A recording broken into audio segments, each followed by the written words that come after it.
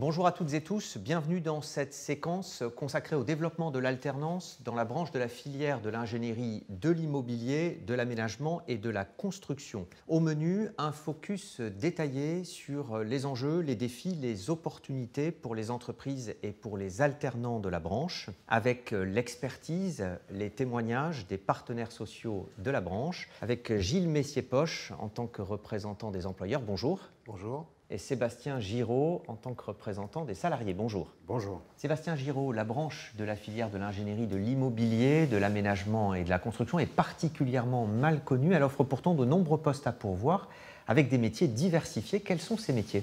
La branche FIAC est issue de la fusion de la branche des géomètres et de la branche des économistes de la construction. Les deux métiers principaux sont le métier de géomètre, où il y a une particularité, si on travaille dans un cabinet de géomètre expert, on va s'occuper du foncier, ce que n'ont pas le droit de faire les cabinets de topographie. Et le métier d'économiste de la construction, qui lui quantifie les matériaux dont on a besoin pour faire la construction. Quel est le profil des entreprises de la branche ? Les deux branches, économiste de la construction et géomètre, sont issues de branches de TPE, très petites entreprises, mais on a quelques grosses entreprises, enfin quand on dit gros chez nous, c'est à partir de 100 salariés. Combien de salariés au total sur la branche ? La branche des géomètres, 10 500 salariés, et la branche des économistes, 3 500. Gilles Messier-Poche, l'alternance est un des leviers pour recruter de nouveaux salariés dans les entreprises de votre branche.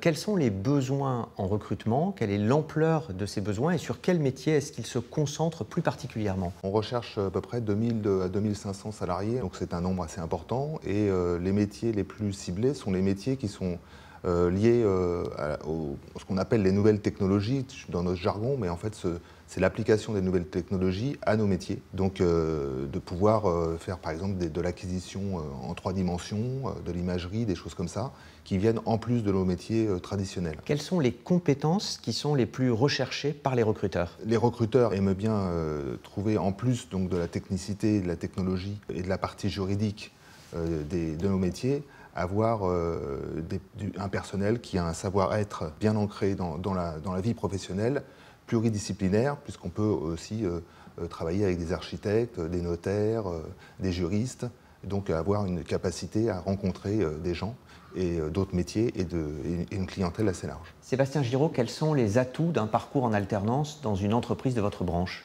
Alors le premier atout, c'est que ça permet de prendre de l'expérience pendant qu'on est à l'école en fait. Contrairement à la formation continue où on sort de l'école et on n'a aucune expérience. Le deuxième atout, c'est un métier qu'emploi. Ce qui est intéressant pour les salariés, c'est que c'est une profession qui évolue tout le temps en fait. On est tout le temps en train d'apprendre.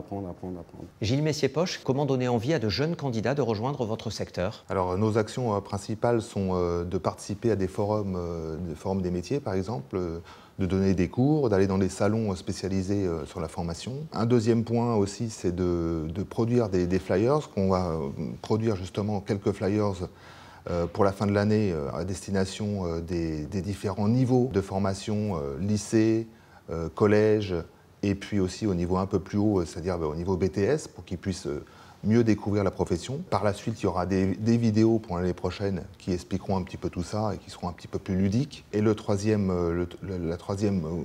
grosse action qu'on peut mener, c'est avec Atlas, la conception de sites internet dédiés aux jeunes pour qu'ils puissent retrouver nos métiers et pouvoir participer à des actions de formation en alternance. Sébastien Giraud, quels sont les axes de travail prioritaires pour 2021, notamment en partenariat avec l'opérateur de compétences Atlas, pour recruter davantage d'alternants dans la branche ?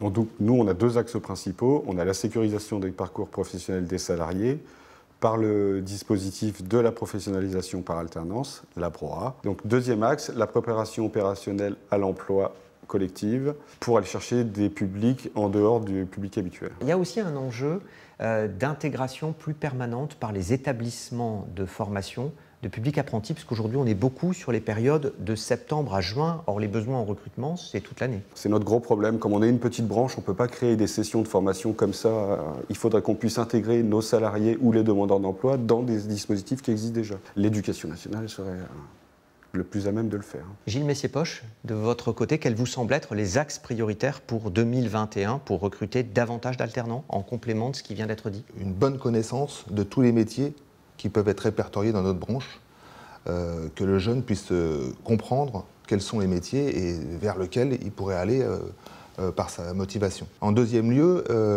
il y a l'ingénierie de formation. Atlas peut nous aider à performer sur cette action d'ingénierie de formation et permettre, par exemple, au bac pro qui est un peu vieillissant, d'être revu, avoir un référentiel plus récent pour aussi pouvoir recruter en alternance à ce niveau-là.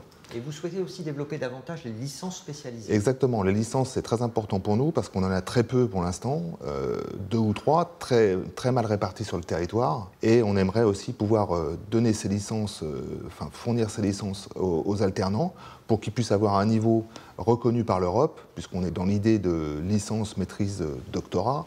Donc ce serait bien qu'au-dessus, juste un petit peu au-dessus du BTS, on puisse avoir ces licences un peu plus spécialisées dans des métiers soit fonciers, juridiques, soit un peu techniques, de nouvelles technologies. Enfin, il y a un dernier enjeu qui est d'ailleurs commun aux partenaires sociaux de la branche, c'est de professionnaliser davantage les tuteurs et les maîtres d'apprentissage pour améliorer l'accompagnement des alternants. Exactement. Dans nos entreprises, comme ce sont des petites entreprises, à peu près 10 personnes en moyenne, c'est un petit peu difficile pour le tuteur de comprendre et de se mettre dans le bain pour pouvoir suivre son alternant ou ses alternants, s'il y en a plusieurs dans l'entreprise.